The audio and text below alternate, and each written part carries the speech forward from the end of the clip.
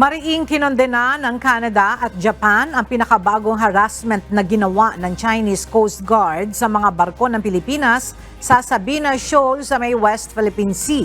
Sa pahayag na inilabas ni Canadian Ambassador to the Philippines, David Hartman, tinawag nitong irresponsible ang dangerous maneuver na ginawa ng barko ng Chinese Coast Guard na nagdulot ng pagkasira sa mga barko ng Pilipinas. Anya, ang aksyon na ito ng China ay pagpapakita lamang ng pagiging inconsistent sa kanilang pagtalima sa international law at pagbaliwala sa mga hakbang na pahupain ng tensyon sa South China Sea.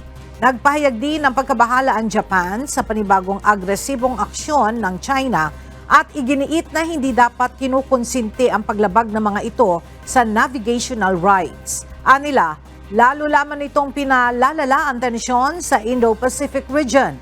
Muli namang hinikayat ng Australia ang China na sumunod sa international law, partikular na sa United Nations Convention on the Law of the Sea o UNCLOS. Kasama rin sa mga nagpahayag ng suporta sa Pilipinas ang iba pang mga bansa gaya ng United Kingdom, Germany at iba pa.